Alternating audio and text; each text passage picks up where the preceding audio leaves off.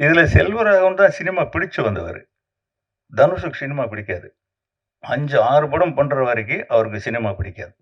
"என்னை விட்டுருங்கப்பா நான் போயிடுறேன், என்னை விட்டுருங்கப்பா நான் போயிடுறேன்னு" தான் வருவாரு. நான் துள்ளுவத இளமையை கூட்டிட்டு போகும்போதெல்லாம் ஷாட்ல வந்து அழுதுகிட்டே தான் நடிப்பாரு அவரு. செல்வராகவன் படிக்கும்போதே அவரு ரொம்ப பெரிய படிப்பாளிங்க. இன்னும் சொல்லப்போனா எங்க வீட்லயும் அவர் தான் அதிகம் படிப்பாளி இல்லப்பா? அவரு தானே மாமா தானே அதிகம் படிச்சவரு. ஆ மெடலிஸ்ட்டு. BE mechanical engineer. அவர் என்ன பண்ணாரு, 2ண்ட் இயர் படிக்கும்போதே நான் என்ன ஒரு வீட்ல ஒரு கொள்கை வச்சிருந்தேன்னா, அப்பாடி சினிமாவுக்கு யாருமே நம்ம பிள்ளைங்க வந்துறக்கூடாது. அப்படின்னு சார் நான் கொஞ்சம் அதிகமா பேசணுமோ?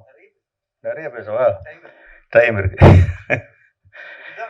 நம்ம பிள்ளைங்க சினிமாவுக்கு வந்துறக்கூடாதுடா சாமின்னு சொல்லிட்டு அவங்கள பிரிவ்யூ ஷோவுக்கு கூட கூட்டு போ மாட்டேன். அவ்வளோ ஸ்ட்ரிக்ட். இப்படி இருக்கிறப்போ, அவரு 2ண்ட் இயர் படிக்கும்போது ஒரு நாள் அப்படியே ஹைன்னு வந்தாரு. அப்படியே அந்த புக்க தூக்கி அப்படியே ஸ்டைலா விட்டு எறிஞ்சாரு. அப்படியே உட்காந்துட்டாரு. "அப்பா, நோ காலேஜ்." "என்னடா 2ண்ட் இயர் தானே போயிருக்க?" "இல்லப்பா, நோ காலேஜ்." அப்புறம் ஆனா பக்குங்குது. ஏன்னா அந்த என்ஜினியர் ஷீட் வாங்குறதுக்கு நான் பட்ட கஷ்டத்த விட அவங்க அம்மா விஜயலட்சுமி பட்ட கஷ்டம் இருக்கே, அவ்வளோ கஷ்டப்பட்டு அந்த ஷீட் வாங்கணும். "எப்பா நீ என்னடா சொல்ற?" "இல்லப்பா, சினிமா தான்."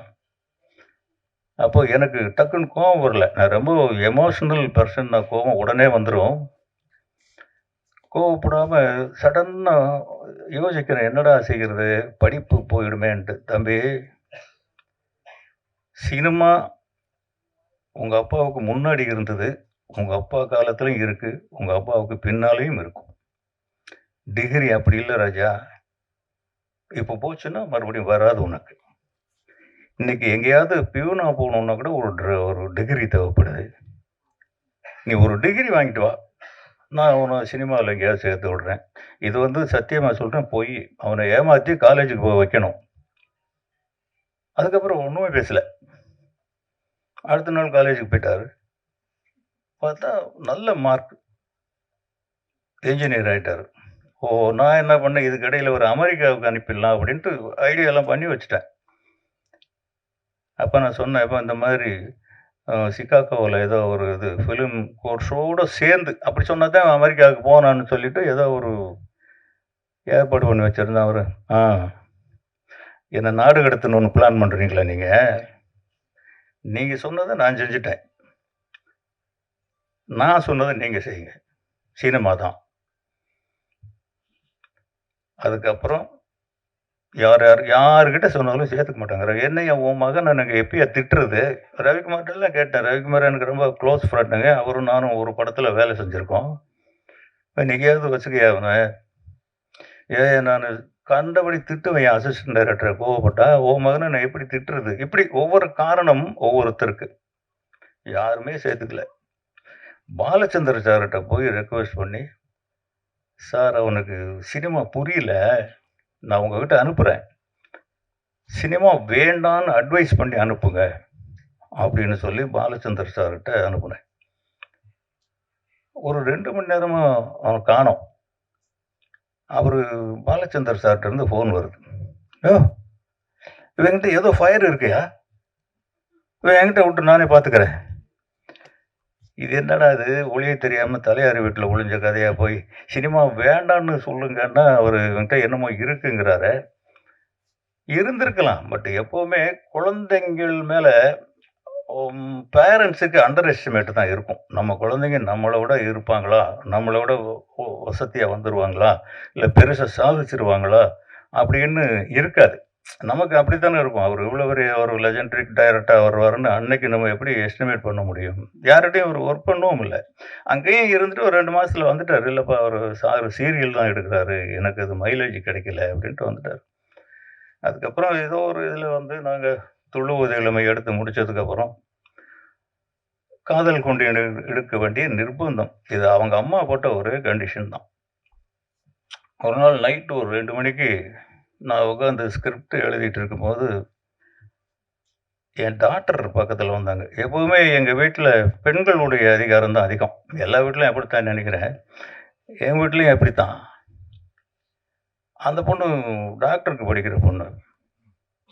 என்னம்மா நீ தூங்காம நேரத்து வந்துட்டு இருக்க? இல்லைப்பா உங்ககிட்ட கொஞ்சம் பேசணும். ஒரு கதை சொல்லணும் கேட்பீங்களா? என்ன நீ மெடிக்கல் காலேஜுக்கு போகிறத விட்டுட்டு பின்ன ஸ்கிரிப்ட் ரைட்டர் ஆகிட்டியா இன்னைக்கு? அப்படின்னா சரி சொல்லு கேட்போம். அப்படின்னோடனே படபடன்னு ஒரு கதையை சொல்லுது. எக்ஸலண்ட்டாக இருக்குது ஒரு கதை. இது யாரும்மா சொன்னது? செல்வா சொன்னான். புரிஞ்சிருச்சு. எங்கே சுவிட்சை தட்டினா எங்கே விளக்கு எரியும்னு அவனுக்கு புரிஞ்சிருச்சு. கரெக்டாக அவன் அப்ரோச் பண்ணானா இல்லாட்டி அவங்களே முடிவு பண்ணாங்களே தெரியல. சரி இது செல்வாவுடைய கதைப்பா. அவன் சொல்கிறதுக்கு பயந்துக்கிட்டு என்கிட்ட சொன்னான். கதை நல்லா இருக்குப்பா. இப்போ என் பெரிய பொண்ணு இவங்க அம்மா அவங்களும் ஒரு டாக்டர் தான். 2 பேரும் வந்து இன்னும் கொஞ்சம் பயம் அதிகமாயிடுச்சு. ஏதோ வற்புறுத்தல் நடக்க போகுது அப்படின்ட்டு. இதை என்ன பண்ணணும் இந்த கதையை? படம் எடுக்கணும். யாரு? நீங்க தான். யார் நடிக்கிறது? தனுஷ் தான். டைரக்ட் பண்ணுறது செல்வா தான். இது உள்ள இந்த 3வது லேடி என்ட்ரி விஜயலட்சுமி. அவங்க வரும்போது தான் என் பலமெல்லாம் போயிடுச்சு. இனி அங்கே அவங்க சொல்கிறது மட்டும்தான் நடக்கும். நம்ம சொல்கிறது நடக்காது. அவங்க தான் கேட்டாங்க, என்னங்க அவன் யார்கிட்டையும் ஒர்க் பண்ணலையாம்மா? இது படம் எடுக்கிறதுக்கு ஒரு 4-4.5 கோடி ரூபா செலவாகும் அன்னைக்கே. அது இன்னும் கொஞ்சம் அதிகமாக தான் ஆயிருக்கும். படம் பார்த்தீங்கன்னா தெரியும். அப்படின்னொன்னே இப்போ எவ்வளோ கடன் இருக்கு அப்படின்னு கேட்டாங்க விஜயலட்சுமி. நான் சொன்னேன், என்ன ஒரு 2-2.5 கோடி ரூபா இருக்கும். இந்த படம் எடுக்க எவ்வளவு செலவாகும்? ஒரு 4-4.5. கடன் வாங்குங்க. பொண்டாட்டி சொல்கிற அட்வைஸ் இப்படி எங்கேயாவது சொல்லுவாங்களா யாராவது கடன் வாங்குங்க அப்படின்னு? யார் யாருக்கும் கடன் வாங்குவீங்க. பெத்த மகனுக்காக வாங்க மாட்டீங்களா? அப்படி கடன் வாங்கி வந்தவர் தான் செல்வராகவன். இப்படி இன்னைக்கு வந்து ஒரே மேடையில் உட்கார்ற அளவுக்கு இவரும் அப்படிதான் வந்தார். இவர் வந்து ஒரு நாள் வந்து தாத்தா நான் விஸ்காம் படிக்க போகிறேன் அப்படின்னா, விஸ்காமில் என்ன பண்ண போகிற அப்படின்னா, டைரக்ஷன் கோர்ஸ்னா. இதுக்கு எதுக்குடா நீ விஸ்காம் போகிற? நம்ம வீட்லேயே 3 விஸ்காம் இருக்க. யார்கிட்டையாவது சேர்ந்து கொண்டு தனுஷ்கிட்ட சொல்லி அசிஸ்டன்ட் டைரக்டராக தான் வந்தார் அவர். என்ன படம்ப்பா? திருச்சி டம்பல் இல்லைடா அங்கே. அடுத்த படம் அருண் மாதேஸ்வரன் பண்ணது என்னது? கேப்டன். இந்த படங்கள்ல எல்லாம் அசிஸ்டன்ட் டைரக்டர். ரொம்ப அப்போவே தனுஷ் சொல்லுவார், அப்பா பிரமாதமாக ஒர்க் பண்ணுறான்ப்பா, நல்லா வந்துடுவான் போல் இருக்கு, நல்ல பையன்தான், நல்லா வந்துடுவான் போல் இருக்குன்ட்டு. அப்புறம் திடீர்னு என்ன நினைச்சவரை தெரியல, நிலவுக்கு என் மேல் என்னடி கோபம் அப்படின்னு அவர் கொண்டு வந்து நடிக்க வச்சு இன்னைக்கு கொண்டு வந்து உட்கார வச்சிருக்காரு. உண்மையிலே தனுஷோடைய மோல்டு தான் அவர். ஒரு பையன் நல்ல வீட்டில் செல்லமான பையன். உண்மையிலேயே எங்கள் வீட்டில் 2 பசங்க ரொம்ப கொடுத்து வச்சவனுங்க. செல்வராகவன் முதல் பையன். அவங்க அம்மாவுக்கு உயிர். மற்றவங்களும் அதுக்கப்புறம் தான். இவங்க அம்மா முதல் பெண் குழந்தை எங்கள் வீட்டில். அவங்களும் செல்லந்தான். அவங்க அம்மா மட்டும்தான் என்னை வாடா போடான்னு சொல்கிறவங்க. இவர் முதல் பேர குழந்தை. அவர் டிபியில் ஒரு ஃபோட்டோ வச்சுருக்காரு பாருங்க. இத்தினோண்டு குழந்தைய தனுஷ் கையில் வச்சுட்டு அப்படி சாஞ்சிக்கிட்டு இருப்பார் அவங்க அம்மா தோளில். அந்த கை குழந்தை தான் அவர். கரெக்டு தானேப்பா? அதை மறக்காமல் வச்சுருக்காரு. தேங்க்ஸ்ப்பா. அடுத்ததா தன்னோட பேரன் என்கிட்ட வந்து அடிக்கடி அவர் ஃபோன் பண்ணி கேட்கறது என்னன்னா, பவிஷ் எப்படி நடிச்சிருக்காரு, பவிஷ் எப்படி நடிச்சிருக்காரு, பவிஷ் இது. நான் அந்த ஸ்டில்ஸ் எல்லாம் எடுத்து அனுப்புவேன் கஸ்தூரிராஜ் சாருக்கு. பையன் ரொம்ப நல்லா வந்துட்டு இருக்கா, பையன் ரொம்ப நல்லா வந்துட்டு இருக்கான்னு அவருக்கு ரொம்ப பெருமை. தன்னுடைய பேரன் வந்து அவர் வந்து ஒரு வார்த்தை வந்து ஒரு இன்டர்வியூல சொன்னார். அதாவது வந்து என்னுடைய எங்க குடும்பத்துல முதல் மகன் அப்படின்னா அது வந்து செல்வராகவன் சார், அண்ட் முதல் பேரன் அப்படின்னா பவிஷ் அப்படின்னு ரொம்ப பெருமையா சொன்னாரு. ஸோ முதல் குழந்தை, முதல் பேரன். பவிஷனுடைய சாங்ஸ் பார்த்தீங்க, ட்ரெய்லர் பார்த்தீங்க, எப்படி வராருன்னு நினைக்கிறீங்க? நிறைய ஸ்டில்ஸ் அப்பயே நான் உங்களுக்கு அமைச்சிருந்தேன், நீங்க வந்து உங்க பேசணும் sir. Kasthuriraj sir please come.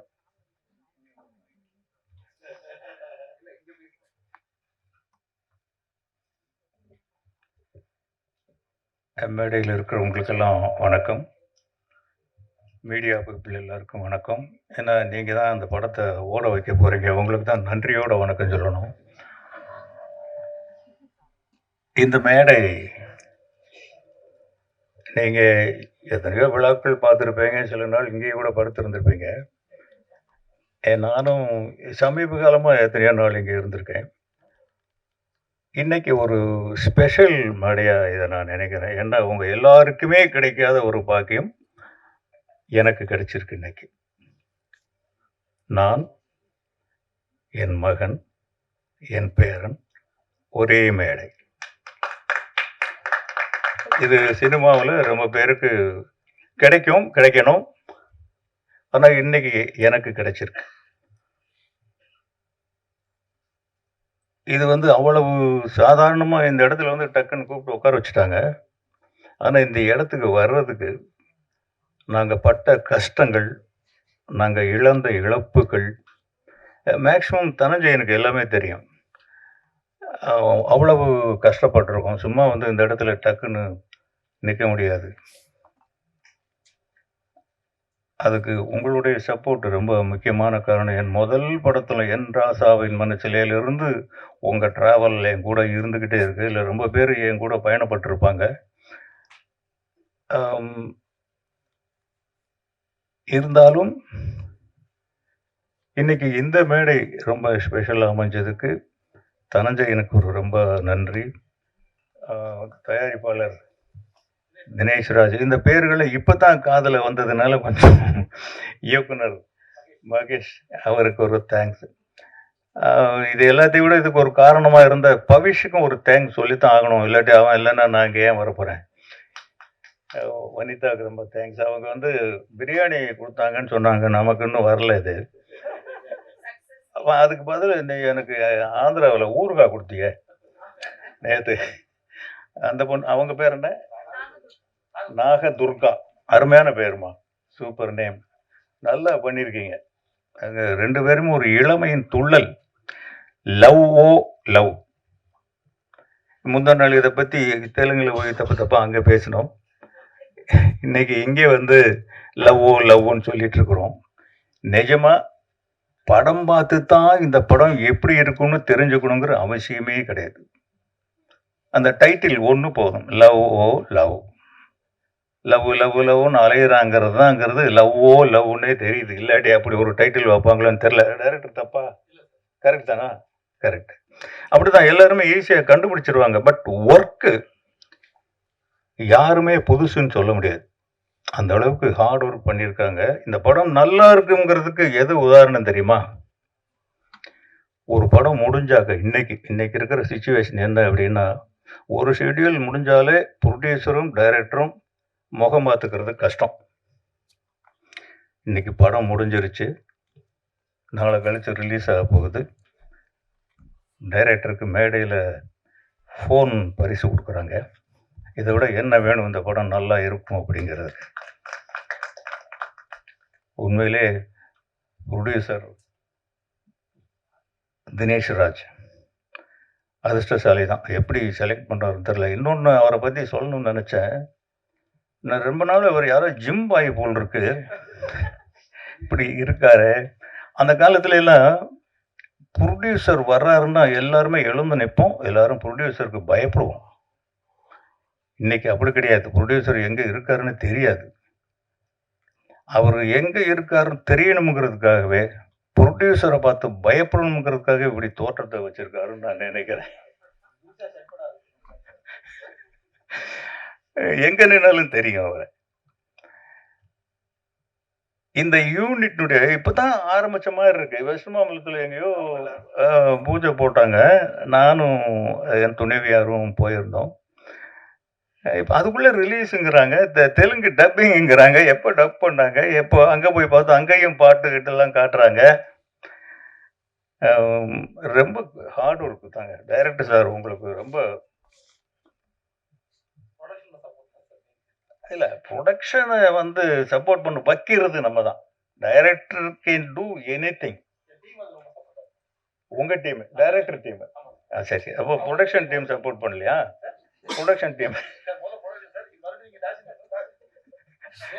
Okay. இருந்தா கூட இவ்வளவு சீக்கிரமெல்லாம் இப்ப படம் எடுக்கிறது சும்மா படம் முடிஞ்சுட்டா கூட கேமரா போட்டு சுத்திக்கிட்டு, ஃபில்மே போடாம கூட இழுத்துக்கிட்டு ஷூட்டிங்ன்னு என்னத்தையோ பண்ணிக்கிட்டு அவ்வளவு சீக்கிரம் முடிச்சக்கூடாதுய்யா. அவங்களுக்குள்ள டிஸ்கஷனே ஏதேதோ போய்க்கிட்டு இருக்கு இன்னைக்கு. நீங்க இவ்வளவு சீக்கிரம் வெளிப்படையா அந்த படத்த முடிச்சு, அந்த புரொடியூசர் லாபமா இருக்காரா? இல்ல சமமா இருக்காரா? என்னன்னு இன்னும் தெரியல. அது மட்டும் ரகசியமாவே இருக்கு சினிமாவுல. உங்கள பாராட்டணும். இல்லாட்டி இவ்வளவு ஒரு இது கிடைக்காது. நீங்க ரொம்ப கோஆப்பரேட்டிவா தான் இருந்திருக்கீங்க. இதுக்கு மேல என்ன சொல்றது இந்த படத்த பத்தி? பாட்டுகள் அருமையா இருக்கு. ஒரு 3 தடவ, 4 தடவ பார்த்துட்டோம். கமலா தியேட்டர்ல ஒரு தடவ, ஹைதராபாத்ல ஒரு தடவ, இங்க ஒரு தடவ. 3 தடவையும் போர் அடிக்காம இருக்கு. ரொம்ப நல்லா இருக்கு. அந்த பீட்ஸ் இளமையும், துள்ளலும், உற்சாகமும், பருவமும், காதலும் இது யாருக்குங்க பிடிக்காது? எல்லாருக்குமே பிடிக்கும். எல்லாரும் வெற்றி அடையணும். இதுல இன்னும் முக்கியமா சொல்லணும்னா, செல்வராகவன் அவர பத்தி ஒரு வார்த்தை சொல்லணும். அவர் போயிட்டாரு. அவர் இருந்தா கொஞ்சம் சொல்றதுக்கு பயந்துகிட்டே இருந்திருப்பேன். இப்ப சொல்லலாம். இங்க 3 பேர் இன்னைக்கு இங்க உட்கார்ந்துருக்கோம்னா, இதுல செல்வராகவன் தான் சினிமா பிடிச்சு வந்தவரு. தனுஷுக்கு சினிமா பிடிக்காது. 5, 6 படம் பண்ற வரைக்கும் அவருக்கு சினிமா பிடிக்காது. "என்னை விட்டுருங்கப்பா, நான் போயிடுறேன். என்னை விட்டுருங்கப்பா, நான் போயிடுறேன்னு" தான் வருவார். நான் துள்ளுவத இளமையை கூட்டிட்டு போகும்போதெல்லாம் ஷாட்ல வந்து அழுதுகிட்டே தான் நடிப்பார் அவரு. செல்வராகவன் படிக்கும்போதே அவரு ரொம்ப பெரிய படிப்பாளிங்க. இன்னும் சொல்லப்போனா எங்க வீட்லயும் அவர் தான் அதிகம் படிப்பாளி இல்லப்பா? அவர் தானே மாமா தானே அதிகம் படிச்சவரு. அ மெடலிஸ்ட். BE mechanical engineer. அவர் என்ன பண்ணாரு, செகண்ட் இயர் படிக்கும்போதே நான் என்ன ஒரு வீட்ல ஒரு கொள்கை வச்சிருந்தேன்னா, அப்பாடி சினிமாவுக்கு யாருமே நம்ம பிள்ளைங்க வந்துறக்கூடாது. அப்படின்னு சார் நான் கொஞ்சம் அதிகமா பேசணும். நெறைய பேசவா? டைம் இருக்கு. நம்ம பிள்ளைங்க சினிமாவுக்கு வந்துறக்கூடாதுடா சாமின்னு சொல்லிட்டு அவங்கள பிரிவ்யூ ஷோவுக்கு கூட கூப்பிட மாட்டேன். அவ்வளோ ஸ்ட்ரிக்ட். இப்படி இருக்கிறப்போ, அவரு செகண்ட் இயர் படிக்கும்போது ஒரு நாள் அப்படியே ஹைன்னு வந்தாரு. அப்படியே அந்த புக்க தூக்கி அப்படியே ஸ்டைலா விட்டு எறிஞ்சாரு. அப்படியே உட்காந்துட்டாரு. "அப்பா, நோ காலேஜ்." "என்னடா செகண்ட் இயர் தானே போயிருக்க?" "இல்லப்பா, நோ காலேஜ்." அப்புறம் ஆனா பக்குங்குது. ஏன்னா அந்த என்ஜினியர் ஷீட் வாங்குறதுக்கு நான் பட்ட கஷ்டத்த விட அவங்க அம்மா விஜயலட்சுமி பட்ட கஷ்டம் இருக்கே, அவ்வளவு கஷ்டப்பட்டு அந்த ஷீட் வாங்கணும். "எப்பா நீ என்னடா சொல்ற?" "இல்லப்பா, சினிமா தான்." அப்போ எனக்கு டக்குன்னு கோவம் வரல. நான் ரொம்ப எமோஷனல் பெர்சன். நான் கோவம் உடனே வந்துரும். கோவப்படாம சடன்னா யோசிக்கிறேன், என்னடா செய்றது? படிப்பு போயிடுமேன்ட்டு. "தம்பி, சினிமா உங்க அப்பாவுக்கு முன்னாடி இருந்தது. உங்க அப்பா காலத்திலயும் இருக்கு. உங்க அப்பாவுக்கு பின்னாலயும் இருக்கும். டிகிரி அப்படி இல்ல ராஜா. இப்போ போச்சுன்னா மறுபடியும் வராது உனக்கு. இன்னைக்கு எங்கேயாவது பியூனா போகணும்னா கூட ஒரு டிகிரி தேவைப்படுது. நீ ஒரு டிகிரி வாங்கிட்டு வா. நான் உன்ன சினிமாவுல எங்கேயாவது சேர்த்து விடுறேன்." இது வந்து சத்தியமா சொல்றேன் பொய். அவன ஏமாத்தி காலேஜுக்கு போக வைக்கணும். அதுக்கப்புறம் ஒண்ணுமே பேசல. அடுத்த நாள் காலேஜுக்கு போயிட்டாரு. பார்த்தா நல்ல மார்க். என்ஜினியர் ஆயிட்டாரு. ஓ! நான் என்ன பண்ணேன், இதுக்கு இடையில ஒரு அமெரிக்காவுக்கு அனுப்பிடலாம் அப்படின்ட்டு ஐடியாலாம் பண்ணி வச்சுட்டேன். அப்ப நான் சொன்னேன், "எப்பா இந்த மாதிரி சிகாகோவுல ஏதோ ஒரு இது ஃபிலிம் கோர்ஸோட சேர்ந்து" அப்படி சொன்னா தான் அமெரிக்காவுக்கு போனான்னு சொல்லிட்டு ஏதோ ஒரு ஏற்பாடு பண்ணி வச்சிருந்தேன் அவரு. "ஆ, என்ன நாடு கடத்தணும்னு பிளான் பண்றீங்களா நீங்க? நீங்க சொன்னத நான் செஞ்சுட்டேன். நான் சொன்னத நீங்க செய்யுங்க. சினிமா தான்." அதுக்கப்புறம் யார்கிட்ட சொன்னாலும் சேர்த்துக்க மாட்டாங்க. "என்னய்யா உன் மகன நாங்க எப்பயா திட்டுறது?" ரவிக்குமார்ட்டலாம் கேட்டேன். ரவிக்குமார் எனக்கு ரொம்ப க்ளோஸ் ஃப்ரெண்டுங்க. அவரும் நானும் ஒரு படத்துல வேலை செஞ்சிருக்கோம். "என்னைக்காவது வச்சுக்கய்யா அவன. ஏய்யா நானு கண்டபடி திட்டுவேன் என் அசிஸ்டன்ட் டைரக்டர கோவப்பட்டா. உன் மகன நான் எப்படி திட்டுறது?" இப்படி ஒவ்வொரு காரணம் ஒவ்வொருத்தருக்கு. யாருமே சேர்த்துக்கல. பாலச்சந்தர் சார்ட்ட போய் ரெக்வெஸ்ட் பண்ணி, சார் அவனுக்கு சினிமா புரியல. நான் உங்ககிட்ட அனுப்புறேன். சினிமா வேண்டான்னு அட்வைஸ் பண்ணி அனுப்புங்க அப்படின்னு சொல்லி பாலச்சந்தர் சார்கிட்ட அனுப்புனேன். ஒரு 2 மணி நேரமா அவன காணோம். அவரு பாலச்சந்தர் சார்ட்ட இருந்து ஃபோன் வருது. யோவ்! இவன்கிட்ட ஏதோ ஃபயர் இருக்குயா. இவன் என்கிட்ட விட்டு நானே பார்த்துக்கிறேன். இது என்னடா இது ஒளியே தெரியாம தலையாரி வீட்ல ஒளிஞ்ச கதையா போய் சினிமா வேண்டான்னு சொல்லுங்கன்னா, அவரு இவன்கிட்ட என்னமோ இருக்குங்கிறாரே. இருந்திருக்கலாம். பட் எப்பவுமே குழந்தைங்கள் மேல பேரண்ட்ஸுக்கு அண்டர் எஸ்டிமேட் தான் இருக்கும். நம்ம குழந்தைங்க நம்மள விட இருப்பாங்களா? நம்மள விட வசதியா வந்துருவாங்களா? இல்ல பெருசா சாதிச்சுருவாங்களா? அப்படின்னு இருக்காது. நமக்கு அப்படித்தானே இருக்கும். அவரு இவ்வளோ பெரிய ஒரு லெஜெண்டரி டைரக்டரா வருவாருன்னு அன்னைக்கு நம்ம எப்படி எஸ்டிமேட் பண்ண முடியும்? யார்கிட்டயும் அவரு ஒர்க் பண்ணவும் இல்ல. அங்கேயும் இருந்துட்டு ஒரு 2 மாசத்துல வந்துட்டாரு. இல்லப்பா அவரு சார் சீரியல் தான் எடுக்குறாரு. எனக்கு அது மைலேஜ் கிடைக்கல அப்படின்ட்டு வந்துட்டாரு. அதுக்கப்புறம் ஏதோ ஒரு இதுல வந்து நாங்க துள்ளுவது இளமை எடுத்து முடிச்சதுக்கப்புறம், காதல் கொண்டு எடுக்க வேண்டிய நிர்பந்தம். இது அவங்க அம்மா போட்ட ஒரே கண்டிஷன் தான். ஒரு நாள் நைட் ஒரு 2 மணிக்கு நான் உட்காந்து ஸ்கிரிப்ட் எழுதிட்டு இருக்கும்போது, என் டாட்டர் பக்கத்துல வந்தாங்க. எப்பவுமே எங்க வீட்ல பெண்களுடைய அதிகாரம் தான் அதிகம். எல்லா வீட்லயும் அப்படித்தான் நெனைக்கிறேன். என் வீட்லயும் அப்படித்தான். அந்த பொண்ணு டாக்டருக்கு படிக்கிற பொண்ணு. "என்னம்மா நீ தூங்காம நேரத்து வந்துட்டு இருக்க?" "இல்லப்பா உங்ககிட்ட கொஞ்சம் பேசணும். ஒரு கதை சொல்லணும் கேட்பீங்களா?" "என்ன நீ மெடிக்கல் காலேஜுக்கு போறத விட்டுட்டு இப்ப என்ன ஸ்கிரிப்ட் ரைட்டர் ஆயிட்டியா இன்னைக்கு?" அப்படின்னா, "சரி சொல்லு கேட்போம்." அப்படின்னோனே பட பட படன்னு ஒரு கதைய சொல்லுது. எக்ஸலன்ட்டா இருக்கு ஒரு கதை. "இது யாரும்மா சொன்னது?" "செல்வா சொன்னான்." புரிஞ்சிருச்சு. எங்க சுவிட்ச தட்டுனா, எங்க விளக்கு எரியும்னு அவனுக்கு புரிஞ்சிருச்சு. கரெக்ட்டா அவன் அப்ரோச் பண்ணானா, இல்லாட்டி அவங்களே முடிவு பண்ணாங்களோ தெரியல. "இது செல்வாவுடைய கதைப்பா. அவன் சொல்றதுக்கு பயந்துகிட்டு என்கிட்ட சொன்னான். கதை நல்லா இருக்குப்பா." இப்ப என் பெரிய பொண்ணு என்ட்ரி இவங்க அம்மா. அவங்களும் ஒரு டாக்டர் தான். 2 பேரும் வந்து இன்னும் கொஞ்சம் பயம் அதிகமாயிடுச்சு. ஏதோ வற்புறுத்தல் நடக்க போகுது அப்படின்ட்டு. இத என்ன பண்ணணும் இந்த கதைய? படம் எடுக்கணும். யாரு? நீங்க தான். யாரு நடிக்கிறது? தனுஷ் தான். டைரக்ட் பண்றது செல்வா தான். இது உள்ள இந்த 3வது லேடி என்ட்ரி விஜயலட்சுமி. அவங்க வரும்போது தான் என் பலமெல்லாம் போயிடுச்சு. இனி அங்க அவங்க சொல்றது மட்டும் தான் நடக்கும். நம்ம சொல்றது நடக்காது. அவங்க தான் கேட்டாங்க. "என்னங்க, அவன் யார்கிட்டயும் ஒர்க் பண்ணலையாம்மா? இந்த படம் எடுக்கிறதுக்கு ஒரு 4, 4,50 கோடி ரூபா செலவாகும்." அன்னைக்கே. அது இன்னும் கொஞ்சம் அதிகமா தான் ஆயிருக்கும். படம் பார்த்தீங்கன்னா தெரியும். அப்படின்னோனே, "இப்ப எவ்வளோ கடன் இருக்கு?" அப்படின்னு கேட்டாங்க விஜயலட்சுமி. நான் சொன்னேன், "என்ன ஒரு 2, 2,50 கோடி ரூபா இருக்கும். இந்த படம் எடுக்க எவ்வளவு செலவாகும்?" "ஒரு 4, 4,50." "கடன் வாங்குங்க." பொண்டாட்டி சொல்ற அட்வைஸ் இப்படி எங்கேயாவது சொல்லுவாங்களா? யாராவது கடன் வாங்குங்க அப்படின்னு. யார் யாருக்கோ கடன் வாங்குவீங்க. பெத்த மகனுக்காக வாங்க மாட்டீங்களா? அப்படி கடன் வாங்கி வந்தவர் தான் செல்வராகவன். இப்படி இன்னைக்கு வந்து ஒரே மேடையில உட்கார்ற அளவுக்கு இவரும் அப்படிதான் வந்தாரு. இவர் வந்து ஒரு நாள் வந்து, "தாத்தா நான் விஸ்காம் படிக்க போறேன்" அப்படின்னா. "விஸ்காம்ல என்ன பண்ண போற?" அப்படின்னா, "டைரக்ஷன் கோர்ஸ்ன்னா."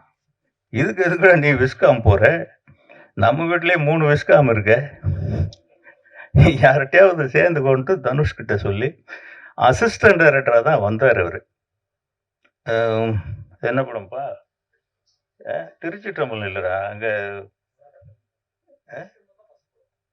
அடுத்த படம் அருண் மாதேஸ்வரன் பண்ணது என்னது? இந்த படங்கள்ல எல்லாம் அசிஸ்டன்ட் டைரக்டர் ரொம்ப அப்பவே தனுஷ் சொல்லுவாரு, "அப்பா பிரமாதமா ஒர்க் பண்றான்ப்பா. நல்லா வந்துருவான் போல இருக்கு." நல்ல பையன் தான். நல்லா வந்துருவான் போல இருக்குன்ட்டு, அப்புறம் திடீர்னு என்ன நெனச்சாரோ தெரியல. "நிலவுக்கு என் மேல் என்னடி கோபம்" அப்படின்னு அவர் கொண்டு வந்து நடிக்க வச்சு, இன்னைக்கு இங்க கொண்டு வந்து உட்கார வச்சிருக்காரு. உண்மையிலே தனுஷோடைய மோல்டு தான் அவரு. ஒரு பையன் நல்ல வீட்ல செல்லமான பையன். உண்மையிலேயே எங்க வீட்ல 2 பசங்க ரொம்ப குடுத்து வச்சவனுங்க. செல்வராகவன் முதல் பையன். அவங்க அம்மாவுக்கு உயிர். மத்தவங்களும் அதுக்கப்புறம் தான். இவங்க அம்மா முதல் பெண் குழந்தை எங்க வீட்ல. அவங்களும் செல்லம் தான். அவங்க அம்மா மட்டும் தான் என்னைய வாடா போடான்னு சொல்றவங்க. இவரு முதல் பேரக்குழந்தை. அவரு டிபில ஒரு ஃபோட்டோ வச்சிருக்காரு பாருங்க. இத்துணூண்டு குழந்தைய தனுஷ் கையில வச்சுட்டு அப்படி சாஞ்சுகிட்டு இருப்பாரு. அவங்க அம்மா தோள்ல. அந்த கை குழந்தை தான் அவரு. கரெக்ட் தானப்பா? அத மறக்காம வச்சிருக்காரு. தேங்க்ஸ்ப்பா. இது என்ன? அந்த ஃபோட்டோவே இங்க இருக்கு போல இருக்கு. இத இப்படி காமிச்சா என்ன தெரியும்? இத மறக்காம வச்சிருக்காரு. இந்த குழந்தை தாங்க இவரு இந்த துண்டுல போட்டு ஏதோ அப்போலோ ஹாஸ்பிட்டல்ல எங்கேயோ நெனைக்கிறேன். விஜய் ஹாஸ்பிட்டலு. அங்க வந்து அந்த துண்டுல இருக்கிற குழந்தை தான். அவர நம்ப முடியுதா ஏதாவது? எனக்கு எப்படி இருக்கும்னு பாருங்க இந்த ஸ்டேஜ். என் நிலைமையில நீங்கள்லாம் இருந்தால் எப்படி இருக்கும்? நான் நான் ஒரு தான் போராடி வந்தேன். போராட்டம்னா சாதாரண போராட்டம். எனக்குமே சினிமா பிடிக்காது. இந்த சினிமா தான் துரத்தி, துரத்தி என்னைய பிடிச்சு கொண்டு வந்து ஒரு இயக்குனரா உட்கார வச்சது. சினிமா தனக்கு வேண்டிய கலைஞர்களை தானே தேர்ந்தெடுத்துக் கொள்ளும் வல்லமை படைத்தது. நீ விலகி, விலகி போனாலும் உன்னை விடாது. நீ விரும்பி, விரும்பி போனாலும் உனக்கு கிடைக்காது. நம்மள விட கெட்டிக்காரன், நம்மள விட ஞானிகள் எத்தனையோ பாரதி ராஜாக்கள், பாக்யராஜாக்கள் இனி கோடம்பாக்கத்துல சுத்திக்கிட்டே தான் இருக்காங்க. இது அதிர்ஷ்டமா, உழைப்பா தெரியாது.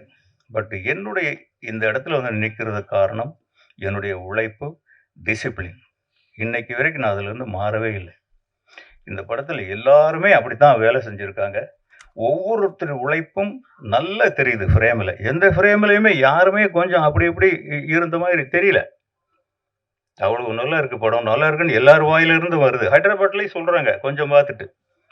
நல்லா வரணும். அதுக்கு நீங்கலாம் ரொம்ப சப்போர்ட் பண்ணணும். உங்களுக்கு தான் மறுபடியும் தேங்க்ஸ் சொல்லணும். ரொம்ப தேங்க்ஸ். நன்றி.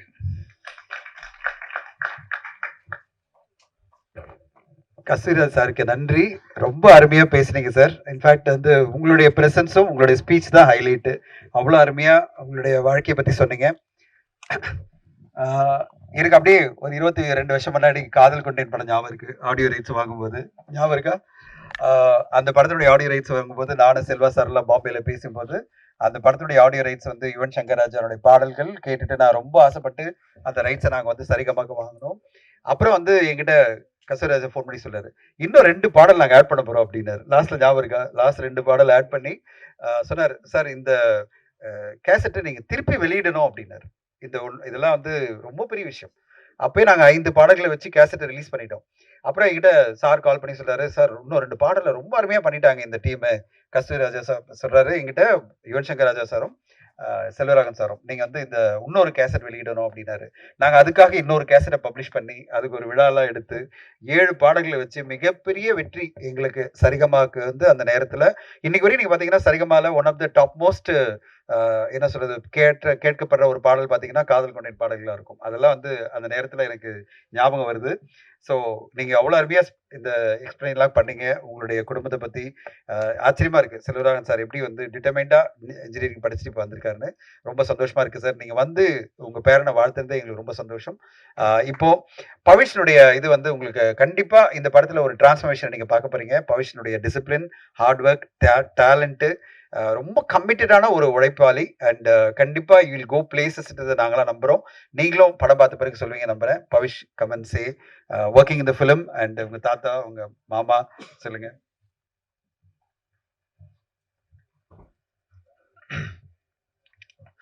எல்லாருக்கும் வணக்கம். அண்ட் உங்கள் டைம் கொடுத்து வந்திருக்கும் மீடியா ஃப்ரெண்ட்ஸ்க்கும் அங்கே நிறையா பெரிய பெரிய ஆளுங்களாம் உட்காந்துருக்காங்க, என்னோட ஒர்க் பண்ணவங்க உட்காந்துருக்காங்க. அவங்க எல்லாருக்கும் ஒரு பெரிய வணக்கம் அண்ட் தேங்க்ஸ். நான் ஃபஸ்ட்டு இந்த விழா வந்து எனக்கு ரொம்பவே ஸ்பெஷல். நான் வந்து இந்த படத்துக்கு தேங்க்ஸ் சொல்லணும், இந்த படத்தை எனக்கு கொடுத்த ப்ரொடியூசர்ஸ்க்கு தேங்க்ஸ் சொல்லணும், இந்த படத்தை என்கிட்ட எடுத்துகிட்டு வந்த டைரக்டருக்கு நான் தேங்க்ஸ் சொல்லணும். எதுக்குன்னா வந்து நீங்கள் நல்ல ஆக்டர்னு இவங்க சொல்கிறாங்க, நல்லா பண்ணியிருக்கேன்னு சொல்கிறாங்க. நீங்கள் அதை நாளன்னைக்கு நீங்களும் சொல்லுவீங்கன்னு நம்புகிறேன். பட் அதுக்கு முன்னாடி எல்லாரும் வந்து என்ன சொல்லிட்டாங்கன்னா, இவன் நல்ல பையன், நல்ல மனுஷன் சொல்லிட்டாங்க. அதுவும் எங்கள் தாத்தாவும் எங்க செல்வா சாரும் இந்த ஸ்டேஜ்ல இருக்கும்போது சொன்னது அது இன்னும் ஒரு ஸ்பெஷலான ஒரு மொமெண்டா இருந்தது. ஸோ அதுக்கு ஒரு பெரிய பெரிய தேங்க்ஸ். அண்ட் டெஃபினட்டா நான் தனஞ்சயன் சாருக்கும் தினேஷ் ராஜ் சாருக்கும் ஒரு பெரிய பெரிய தேங்க்ஸ் சொல்லணும். ஏன்னா இந்த படத்தை வந்து இன்னைக்கு இப்படி வந்து நிறுத்துவாங்க நானே எதிர்பார்க்கல. அது ரொம்பவே சந்தோஷமா இருக்கு. நம்ம படத்தை பத்தி எல்லாரும் பேசுறாங்க. அது ரொம்பவே பெருமையா இருக்கு. அண்ட் இந்த படத்தோட ஆக்சுவல் ஹீரோ மகேஷ் சாருக்கு நான் வந்து ஒரு பெரிய பெரிய தேங்க்ஸ் சொல்லணும். கண்டிப்பா தேங்க்ஸ் சொல்லணும். நான் நிறைய இடத்துல சொல்லிட்டேன். 3 ஈவென்ட்ன்றதுனால இங்க பேசுறதுக்கு கன்டென்ட்டே இல்ல. ஆனா ஆனாலும் ஒரு பெரிய பெரிய தேங்க்ஸ் சொல்லணும். அவரோட ஹார்ட் ஒர்க், அவரோட 10% 20% ஹார்ட் ஒர்க் தான் நான் அந்த படத்துக்கு குடுத்துருக்கேன். அவர் ஹார்ட் ஒர்க் தான் அந்த படத்துல பெருசு. அண்ட் எனக்காக இல்லாட்டியும் கண்டிப்பா அவருக்காக இந்த படம் ஒரு பெரிய பெரிய சக்சஸ் ஆகணும். அண்ட் படத்துல வனிதா மேம் இருக்காங்க, செல்வா சார் இருக்காங்க, கே.எஸ். ரவிக்குமார் சார் இருக்காங்க. நான் வந்து ஒண்ணே ஒண்ணு ஒத்துக்க மாட்டேன். எல்லாருமே வனிதா மேம் எக்ஸ்பீரியன்ஸ் சொல்றாங்க. அவங்க எக்ஸ்பீரியன்ஸ் தான். ஆனா அப்படி கிடையவே கிடையாது செட்ல. அவங்க ஒரு யூத் தான் ஆக்சுவலா. ஏன்னா வந்து நான் நாகதுர்காவோட அதுக்கு முன்னாடி ஒரு 10 நாள் நடிச்சிட்டேன். எனக்கு அப்ப கூட அந்த யூத் ஃபீலிங் வரல. வனிதா மேம் வரும்போது தான் அந்த யூத் ஃபீலிங்கே செட்ல வந்தது ஆக்சுவலா. ஸோ ஸோ வனிதா மேம்க்கு ஒரு பெரிய தேங்க்ஸ். ஆக்சுவலா மேம் நீங்க வந்து நாகதுர்கா கேரக்டர் பண்ணிருக்கலாம். அவங்க உங்க கேரக்டர் பண்ணிருக்கலாம் மேம். கரெக்டா இருந்திருக்கும். ஸோ அதுக்கு ஒரு பெரிய பெரிய தேங்க்ஸ் சொல்லணும். அண்ட் நாளான்னைக்கு படம் ரிலீஸ் ஆகுது. பயமா இருக்கு. இந்த பயத்துக்கு நடுவுல ஒரு ஃபோன் வந்தது நேத்து நைட்டு. அது வந்து டிஜிட்டலி ஜெகதீஷன் இங்க இருக்காரா? அவர் ஃபோன் பண்ணி ஒரு சில வார்த்தைகள் இந்த படத்த பத்தி சொன்னாரு. அது ஒரு பெரிய கான்ஃபிடன்ஸா இருந்தது. ஒரு பெரிய சப்போர்ட்டா இருக்கு. அவர் கால் பண்ணணும்னு அவசியமே இல்ல. நேத்து 20 பேர் பார்த்துருக்காங்க. யாருமே கால் பண்ணல. டைரக்டருக்கே நான் தான் கால் பண்ணி கேட்டேன். என்ன சொல்றாங்க படத்த பத்தின்னு. ஆனா அவரா நெனச்சு கால் பண்ணி சொல்லியிருக்காரு. அதுக்கு ஒரு பெரிய பெரிய தேங்க்ஸ் நான் சொல்லணும். அண்ட் படத்துல ஃபாக்சன் இருக்காரு. அவர் மியூசிக் இன்னைக்கு இந்த அவர் மியூசிக்க பார்த்துட்டு நெறைய பேர் இது என்ன படம்னு கேட்குறாங்க. ஸோ அதுவே வந்து ஒரு நல்ல விஷயம் தான் நான் நம்புறேன். அண்ட் ஃபாக்சனுக்கு ஒரு பெரிய தேங்க்ஸ். அண்ட் எல்லா ப்ரொடியூசர் வந்து படம் வந்து ரிலீஸ் ஆகி ஹிட் ஆனதுக்கப்புறம் கிஃப்ட் கொடுப்பாங்க. இவங்க இந்த ப்ரொடியூசர் ரொம்ப நல்ல ப்ரொடியூசரா இருக்காங்க. படம் ஹிட் ஆகிறதுக்கு முன்னாடியே கிஃப்ட் கொடுத்து இது பண்ணிட்டாங்க. உழைப்பு கொடுத்தாங்க. சார் அது not very big thing sir. நானும் ஆக்சுவலி நிறைய ஆர்டர் பண்ணியிருக்கேன் சார் இந்த படத்துக்கு. சார் தினேஷ் சார் கூட இன்னொரு படம் வேற பண்றேன். அந்த படத்துக்கு நிறைய ஆர்டர் பண்றேன். So yes sir. அதான் நம்ம ஸ்ட்ரெஸ்ஸா இருக்கும். அப்போ நல்லா ஜாலியா பேசி நம்ம இதான் இருக்கணும். நான் இப்படி பேசுறேன். அண்ட் நாளைக்கு படம் வருது. எல்லாரும் பாருங்க. பார்த்துட்டு எல்லாருக்கும் பிடிக்கும் நம்புறேன். படத்தை சப்போர்ட் பண்ணுங்க. And thank you so much. Pavish வந்து யூரேன் வந்துட்டாங்க. இதை பேச போறீங்களா? இப்படி சொல்லிட்டாரு. இல்ல நான் வந்து very sentimental at this point, very emotional. ஒரே மேடையில் 3 ஜென்ரேஷன் பற்றி அங்கிள் சொன்னாங்க, கஸ்தூர்ராஜ் அங்கிள். ஸோ அந்த குடுப்பனை வந்து எனக்கு கிடைக்கல வித் மை கிட்ஸ். ஸோ நடந்திருக்கணும். பட் இந்த மேடையில் இவங்க வீட்டு பொண்ணா நான் வந்து இங்கே நின்று கேட்குறேன், எங்கள் வீட்டு பிள்ளைக்கு சப்போர்ட் பண்ணுங்க. ஏன்னா இவனும் என்னோட மகன் மாதிரி தான். அவனுக்கு நான் கேட்குற சப்போர்ட்டை விட நான் வந்து பவிஷ்க்கு கேட்குறேன். Because is such a wonderful child. அது பேச்சுலேயும் இதுலேயுமே உங்களுக்கு தெரிஞ்சிருக்கும். ரொம்ப நல்லா மேலுக்கு வர வேண்டிய பையன். சப்போர்ட் பண்ணுங்க. கண்டிப்பா படத்தை வந்து பாருங்க. நல்லா வருடா. தேங்க்யூ. பார்ப்பா, உனக்கு வனிதா மேடமே அன்பை கொடுத்துட்டாங்க. எல்லாரையும் சொல்லிட்டாங்க. கண்டிப்பா உங்களுக்கு வெற்றி இருக்குப்பா.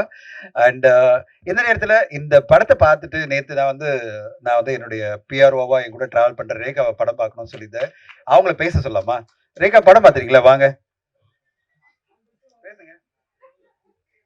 எங்களை மட்டும் பேச சொல்லுங்களேன். கேட்பாங்க. நல்லபடியா பேச கேட்பாங்க.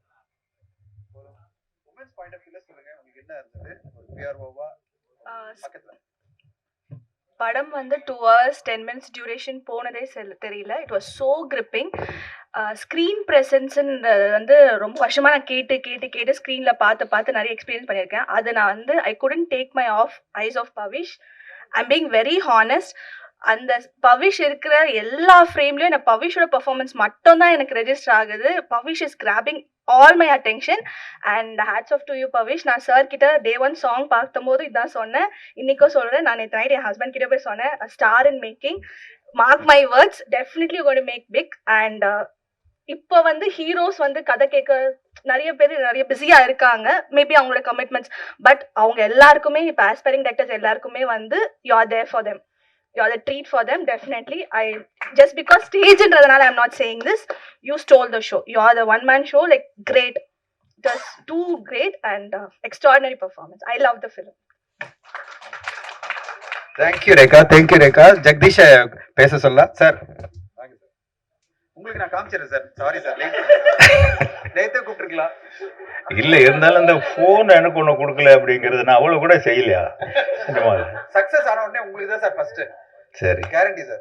நான் சக்சஸ் ஆன உடனே வா சார் எங்க படம் சார், உங்க படம் சக்சஸ் தாங்க, அதை சொல்லதான் வந்தேன் நானுங்க. பாக்ஸ் ஆபீஸ் இங்க வந்து பாத்தீங்கன்னா பொதுவா மீடியா பீப்புள்னா கொஞ்சம் ஒரு கால்வாசி இருப்பாங்க, இல்லாட்டி பாதி இருப்பாங்க. இவ்வளவு பேக்கடா நான் இப்பதான் பாக்குறேன். இவ்வளவு பேர் இங்க இருக்கிறதுனால தான் உங்ககிட்ட ஒரு ரெக்வஸ்ட் வைக்கணும்னு தான் நான் திருப்பி வந்தேன். இந்த படம் நாளைக்கு ஓடுமா அப்படிங்கிற கொஸ்டினே வரக்கூடாது, அதுக்கு நீங்க விடக்கூடாது. இந்த படம் சூப்பர் ஹிட் ஆகியே தீரணும். ஏன்னா நான் வெற்றி அடைஞ்சேன், என் மகன் வெற்றி அடைஞ்சான், என் பேரனும் வெற்றி அடையணும். அவன் வெற்றி அடைஞ்சு அவனுடைய குழந்தையும் நாளைக்கு இங்கே வரணும், அதுக்கு நீங்கள் எல்லாம் வரணும். அதெல்லாம் இப்போ உங்கள் கையில் தான் இருக்குது. இந்த ஒரு பாயிண்ட் உங்களுக்கு சொல்கிறதுக்கு விட்டு போச்சு. ஏன்னா இவ்வளோ பேர் இருக்கும்போது சொன்னால் தான் இது கொஞ்சம் பரவலாக போய் சேரும்.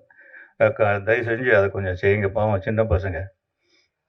என் பாட்டில் வந்து நீங்க ஜிம் பாய் சொன்னது மட்டும் தான் என்னால ஏத்துக்க முடியல. அவர் ஜிம் பாய் இல்ல, ஒரு அன்பான பாய்.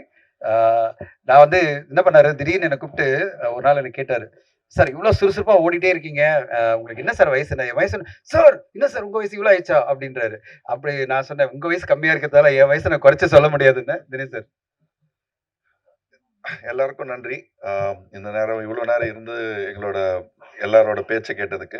ஸோ கடைசியாக ஒரே ஒரு விஷயம் மட்டும் சொல்ல விரும்புகிறேன். ஸோ கான்ஃபிடென்ட்ன்றதை விட எங்களுக்கு வந்து இந்த படத்தில் இது வரைக்கும் ஒரு படம் வந்து வியாபாரம் ஆகணுன்றது இப்போ இருக்கிற இதில் ஆஸ் அ ப்ரொடியூசராக ரொம்ப ரொம்ப கஷ்டம். ஆனால் இந்த படத்தில் எங்களுக்கு வந்து இப்போவே நாங்கள் வந்து சக்ஸஸை ஃபீல் பண்ணுறோம். ஏன்னா எங்களுக்கு இதில் சக்ஸஸ் இருக்குது. ஸோ எங்களுக்கு அது சக்ஸஸ் ஆகிறதுக்கு இவ்வளோ பேர், ஒரு ஓவர்சீஸாக இருக்கட்டும், ஒரு தெலுங்கு ரைட்ஸாக இருக்கட்டும், ஒரு சின்ன தமிழ் படம் தெலுங்குல வாங்கி அங்கே டப் பண்ணி அங்கே ரிலீஸ் பண்ணுறோம், அதுக்கு ப்ரமோஷன் நடக்குது. ஒரு சின்ன படம், இது வந்து சின்ன படம். அப்போது பார்த்துக்கோங்க, படம் அவ்வளோ நல்லா இருக்கிறதுனால இவ்வளோதான் நடந்திருக்கு. ஸோ அந்த ஒரு கான்ஃபிடென்ட்டோட நாங்கள் வந்து திரும்பவும் இதே மாதிரி ஒரு சக்ஸஸ் மீட்டில் எல்லாருக்கும் கிஃப்ட் கேட்கறதுல அது எல்லாமே எங்கள் சைட்லேருந்து தரப்படும். அதுதான் சொல்கிறதுக்கு தான் வந்துடுறேன். ஒரு கமிட்மெண்ட் மட்டும் சொல்லிடுறேன், சினிமா மீடியால இருந்துப்பா. உட்காருங்க சார். நான் கொஞ்சம் தெளிவா இருக்கேன். அனுப்ப சார், சினிமா மீடியா தரப்புல இருந்து இங்க இருக்கும் மேடையில் இருக்கும் அனைவருக்கும் ஒரு கிஃப்ட் தருவதாக உறுதி கூறியிருக்கிறார்கள். அவருக்கு என்னோட நன்றி சார். அதுல கண்டிப்பா நீங்க ரேகா அண்ட் ஜெகதீஷ் இன்க்ளூட் பண்ணிக்கணும். ஓகே, அடுத்ததா ஜெகதீஷும் வந்து பேசணும்னு ஆசைப்படுறேன். ஆக்சுவலாக நேற்று இதில் லாஸ்ட் படம் ஃபர்ஸ்ட் ஷோ பார்த்தோம். உண்மையாகவே one star in making Rekha அக்கா சொன்ன மாதிரி is a real star, real super ஸ்டாராக நான் ஃபீல் பண்ணேன் சத்தியமாக. ஏன்னா வந்து நீக்கில் வந்து எல்லாரும் நடிச்சிருக்காருன்னு சொன்னாங்க, இயல்பாக வாழ்ந்திருக்காரு. இந்த படத்தில் வந்து பார்த்தீங்கன்னா 2K கிட்ஸ்லேருந்து ஜென்சி கிட்ஸ்லேருந்து எல்லாருக்கும் இந்த படம் ரொம்ப பிடிக்கும். ஒரு நல்ல ஒரு பொழுதுபோக்கான ஒரு நல்ல மெசேஜான ஒரு ஃபிலிமாக பண்ண மகேஷ்